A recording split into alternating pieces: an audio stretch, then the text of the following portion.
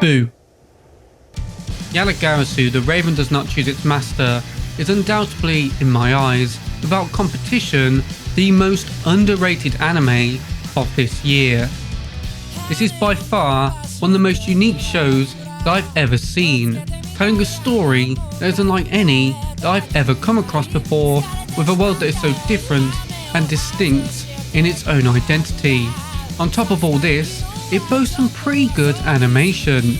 This is not an action anime, but instead one of political intrigue and backstabbing.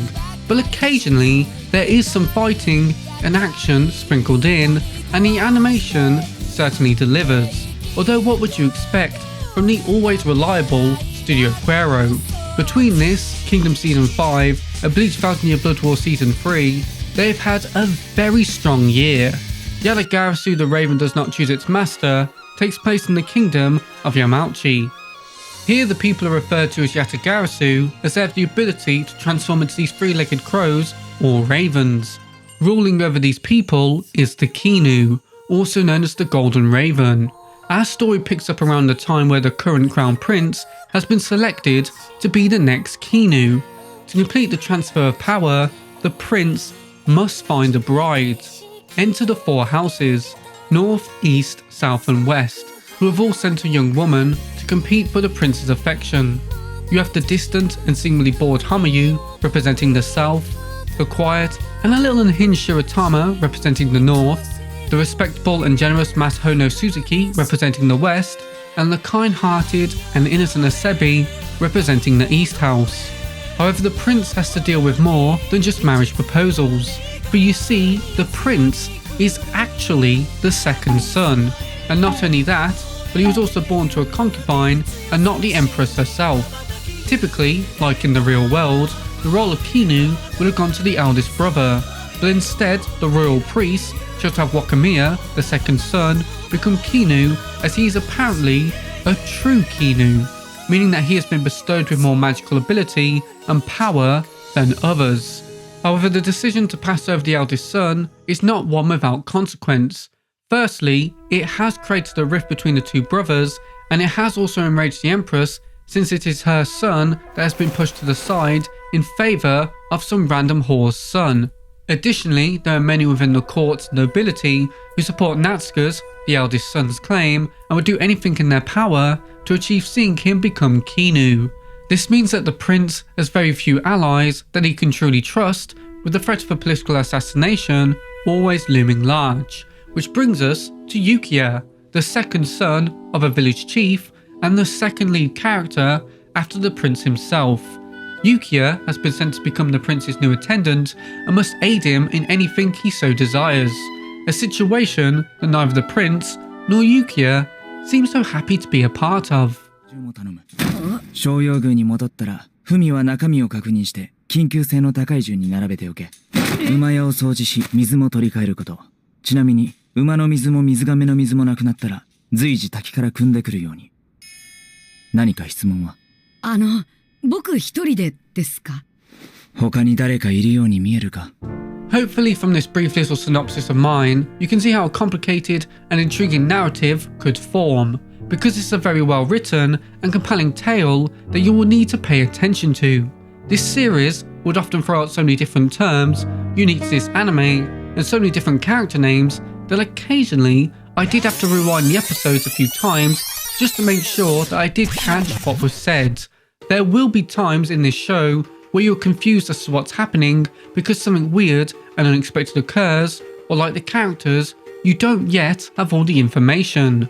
But trust me, every time this happens, you don't need to fret, because only a few episodes later, this anime will provide you with the necessary context. And you'll often be left going, oh, so that's why that happened. Or, so that's why the character was acting a little weird there. There are so many moments in this anime where you feel like you're missing something, and then all of a sudden, the puzzle pieces just fall into place. This is a very smart show, and it consistently has satisfying payoffs. What's most interesting about this anime story, at least for me, is that it's not based off a manga. Whilst there is a manga version of this story, the original source material is actually a novel. Not a light novel, to be clear, or even a web novel, but an actual novel. There are no pictures in this book. Yatagarasu is based on the Yatagarasu novel series, which is why my fingers are crossed that we'll get a second season to this masterpiece. The novels by Chiyosato Abe began publication in 2012, and as of 2024, there are currently 10 main volumes and 2 spin-off volumes split into 2 parts. This anime, brought to you by the director of Eurocamp, is an adaptation of the first 3 volumes, and this story definitely does feel like it comes from a novel, with there being many scenes where the characters just sat around expositing stuff to each other. Luckily, what they are saying is interesting enough to keep you engaged. In addition to all of this story borrows heavily from Shinto mythology, because the Yatagarasu existed long before the novels. The Yatagarasu, also known as the Sanzoku, or three-legged crow, as well as the Kinu, or golden crow, is a mythological creature that inhabits the sun and is a symbol of the sun to both Japan and China. It is a holy creature and a servant of the sun goddess Amaterasu. Its 3 legs represent heaven, the earth, and humanity, whilst the crow itself is representative of the sun. This symbolises that heaven, earth, and mankind all come from the same sun and are like brothers to one another. These legs are also said to represent the 3 virtues of the gods: wisdom, benevolence, and valour. The Yatagarasu is a very important figure in the mythical history of Japan, even being the guide to Jimmu, the first emperor of Japan, as it led him through the mountains so that he could establish his country. Hopefully this makes it a bit clearer just how important the prince is, as he is a true Kinu. なぜ？天神の力は3本目の足にあります。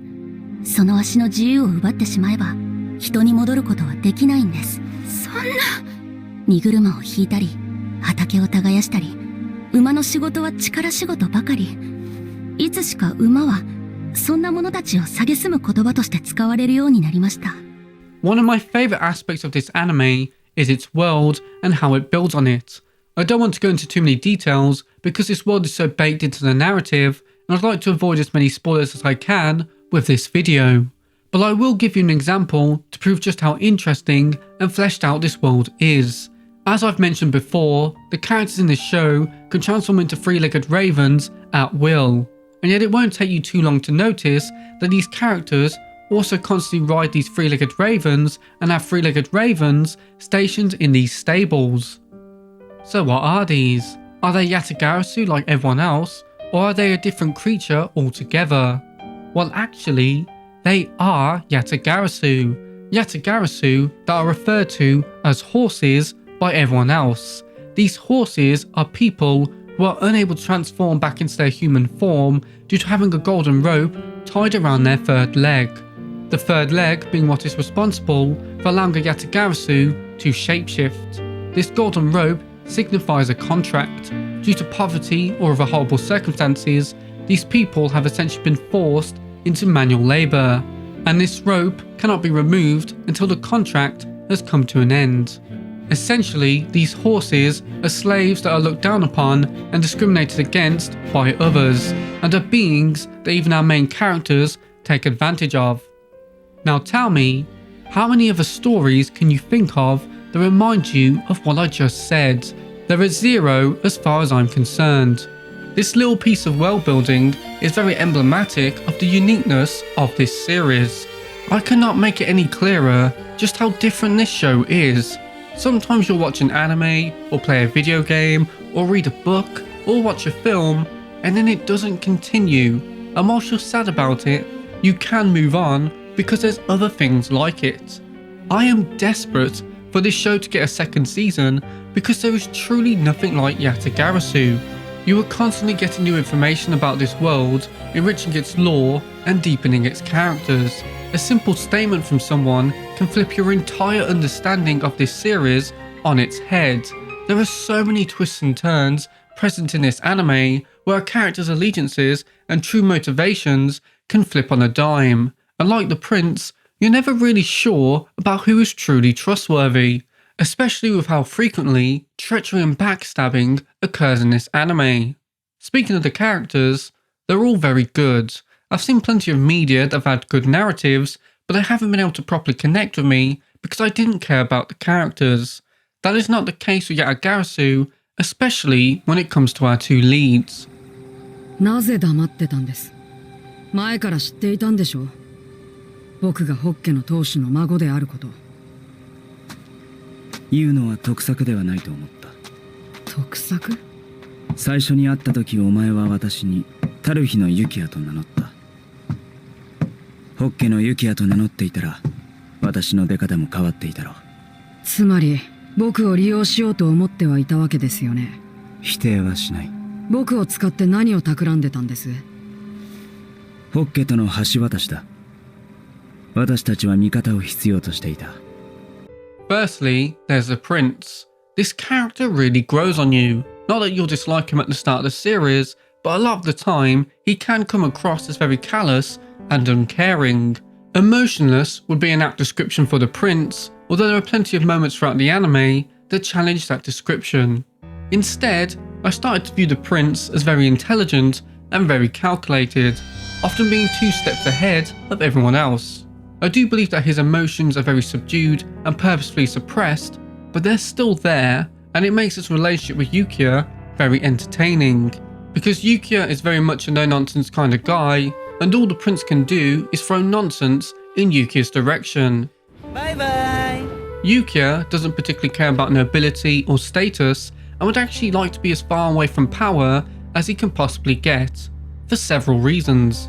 Firstly, he's the only one of his siblings that has a different mother, and this creates concerns over succession in his family, especially as he's the second son.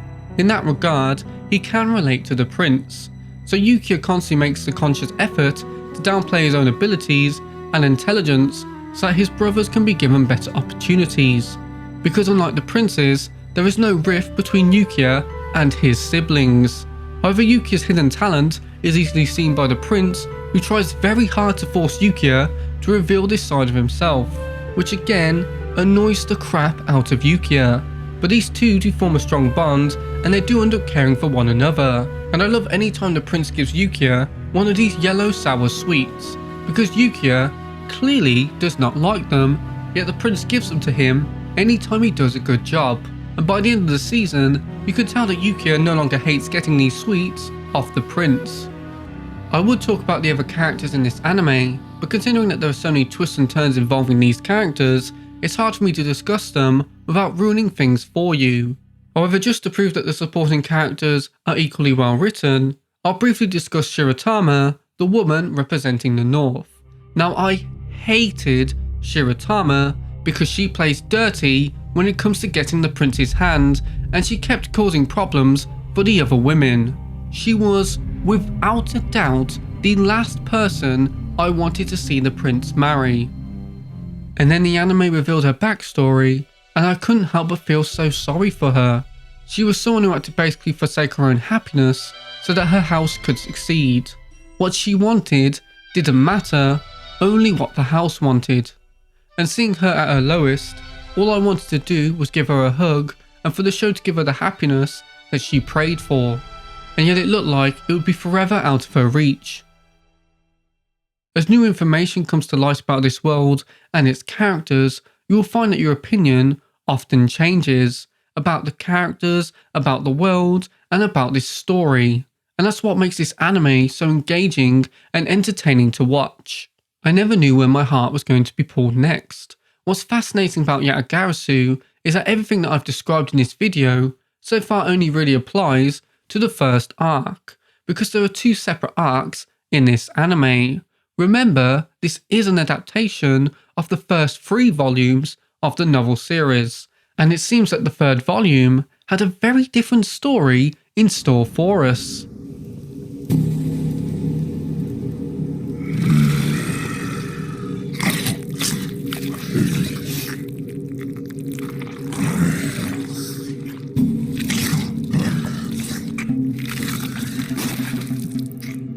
Without getting into specifics, after the whole marriage arc is wrapped up, this show pivots in a very different direction.